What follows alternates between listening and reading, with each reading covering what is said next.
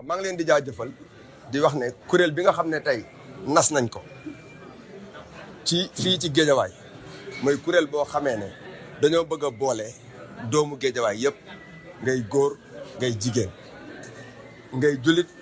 ngay catholique ngay murit ngay tiijaan askan boo mën a nekk ak diine boo mën a nekk ak fépp foo mën a bokk di ci ëpp solo mooy nga nekk géejawaay dëkk géejawaay xam géejawaay bëgg géejawaay donc kuréel boobu li tax ñu def ko mooy dañu seetlu ne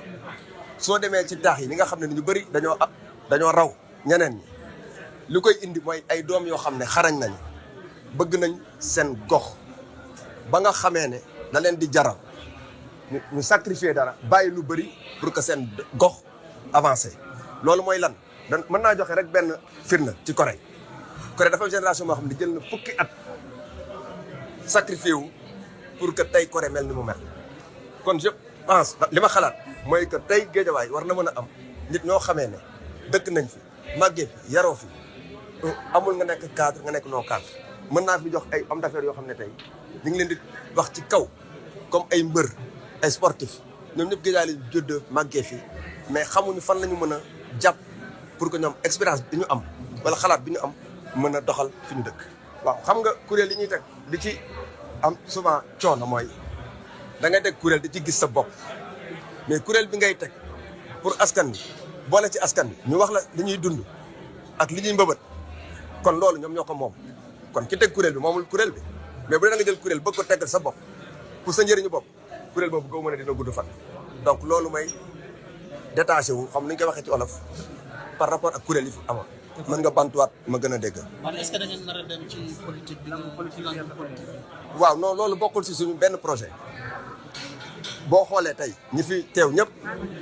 am na ñoo xam ne ci ay parti lañu bokk te parti yi bokkuñu gis-gis kon ñi fi teew tey ku ci nekk am na foo féete te ñoom ñëpp bokkuñu ni ñuy doxalee mais bu ñu amee plateforme kuréel boo xam ne tey yow di nga wax li ci wax leen ba ñu tënk dara.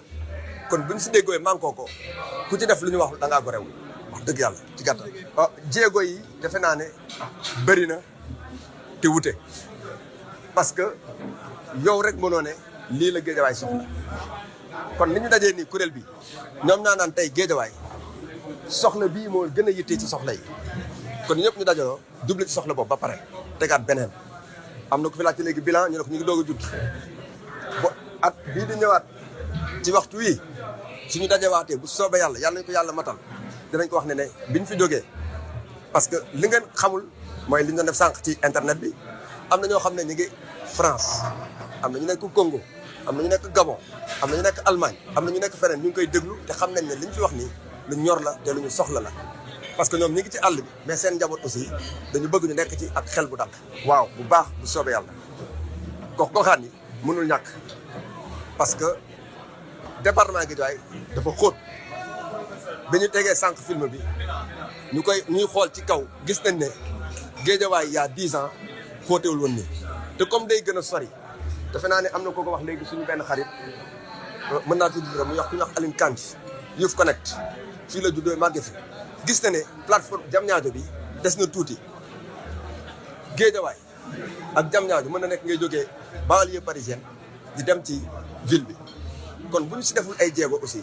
ba loolu raw ñu kon ñun ay responsable lañ kon suñu rakk yi ak suñu doom yi suñu sëti bu ëllëgee nañ ñu fi jaaroon kat lan lañ doon def fii ci kat. Oui, le but de cette organisation c'est essayer de fédérer, de mutualiser, d'harmoniser l'ensemble des ressources de ce département Guédiawaye. Je parle des ressources, je parle de mutualisation, c'est parce qu'on a des ressources humaines de qualité. Nous avons des infrastructures et il faut un ensemble. Et si on n'a pas cet ensemble, on ne pourra jamais développer ce département-là. Je pense que dans mon discours, dans mon allocution, j'ai précisé que l'État, c'est nous. L'État ne peut pas tout faire. Donc il faut quand même mettre en place des infras ou des plateformes qui permettront à court terme de faire développer nos cités. Lignan, si je peux me permettre en wolof nit ku nekk soo amee cité bu rëy sa doom nga koy jox donc nous sommes d'ici nous avons grandi ici nous avons fait nos écoles primaires collèges lycées Il n'y a que l'université peut-être qui nous sépare en partie de ce département. Donc, de cela, tous les fils et filles, toutes les filles et fils de ce département, de la diaspora et d'ici, se sont concertés pour mettre en place cette plateforme qui s'appelle Ensemble pour Guédiawaye EPG. Oui, la particularité de cette organisation, c'est d'essayer de faire contribuer l'ensemble des associations qui fonctionnent de manière séparée. Parce qu'on ne peut pas se développer où chacun essaye de faire ses termes de référence, de travailler en cloisonnant ses activités, sa vision. Donc ça ne fait que retarder parce que sur le planning, si chacun essaie de travailler en parallèle, ça va poser d'énormes retards sur le planning d'exécution des projets que nous avons en commun. Donc la particularité revient à quoi? Si nous tous, nous tournons autour d'une fonction, la fonction reste Guédiawaye. Je pense qu'à terme, Guédiawaye peut se démarquer par rapport aux autres départements. Les premières actions,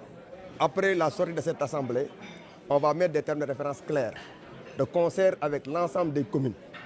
Parce que tu ne peux pas avancer sans que l'autorité administrative valide tes idées ou tes projets. Donc, ce sera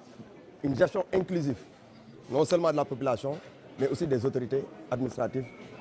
y compris tous les fils de Guédiawaye qui ne sont pas localement ou physiquement dans ce département. Mais leur cœur y est.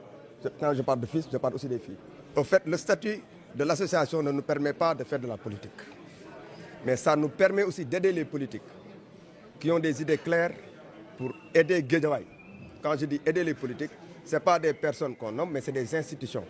qui sont là pour l'intérêt de la masse. Donc, on a bien défini les statuts au niveau